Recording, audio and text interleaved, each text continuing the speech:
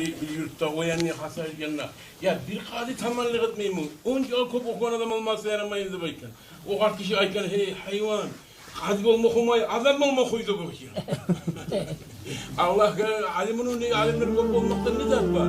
İnsanlar Resulullah'ın kılıklarını, Peygamber'in kılıklarını alıp, şunun alim kişiden tabiler Resulullah'ın yürüyüşünü bilir. Ki o dilli olup geçti, Allah'a geçti, kul olmak murad. İlmi okumaktan murad nedir? İnsan oldu, kul olup Allah Teala getti kulluğu Tanrı'la kıyamet kulluğu düzelip şu cennetlere gitmek, cehennem yoluna varmay, müsaade ayta alemine kurdaşlık tıbaydı. Nege?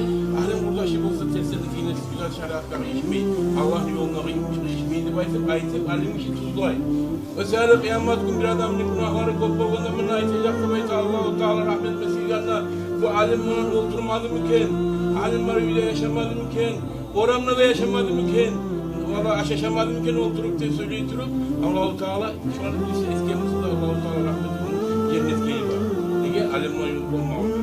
Alimle ayırmaklığın ya ilmi harekat bulanmalarında ilmi talep etip almak gerek. Hani birinci illeri bu Amin Hacı para olsa getirip aileler diyor adat ayken naimi Akadan işte buladı, Adanak'ta buladı, Boynaskı'da buladı, Adanav'da buladı, oraya yanında, buraya yanında, baharda yanında alimler emek, yolumuzu dağıtmışıyla Amin Hacı'da, Muhammed Said Hacı'da bunlar bir durmaklı adamları.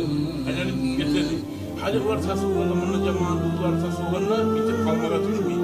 Cehel halk için var alimlere gitti, yani sunu, togu, terikli, ıstiraganına emeksin, 10-15 sene okuyan yaşıyor var. 2 yıl okuvalar var, 3 yıl okuvalar var, 5 yıl okuvalar var. O anı götürüp, Kur'an'ı birbirine yapışma salmayı, o anın barisini silap, alga çıkarıp, hürmet edin. Onlardan ilmi sorap, onlardan din sorap, akıl sorap. Siz cemaat düzelmeye gidiyor. Çünkü aytilegan, birisiyle yollarda da aytilegan, dur yerde bir de adam yok, durmağa varmayın. Dur yerde bir de adam yok, Kur'an bilmeyen. Paralı da öyle yok da ayti, maktay bu başka yollarda.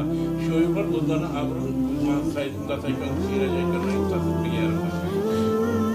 Daha da var, Abdullah var, Amin Hacı'dan Tuğan, daha Hazım Almatı'yı var, burası Muhammed Resul var, Allah razı olsun. Burayı da adet cahil okuvaları var, bunları da gösterip, alimlereti kulak cemaatta Allah-u Teala rahmeti, bozlar birbirinden dost bulup dininden yürütüp tuğanlar. Onlar payları yapışma başına zamanla, başta dünyasından ayrılır, son ahiretinden ayrılır, Allah-u Teala ahirde, kardeşler hatta iki kardeş erişse de birbirini bulandı bayta. Sonra Allah-u Teala umurların geçse de bayta. Omurların geçidi bayta.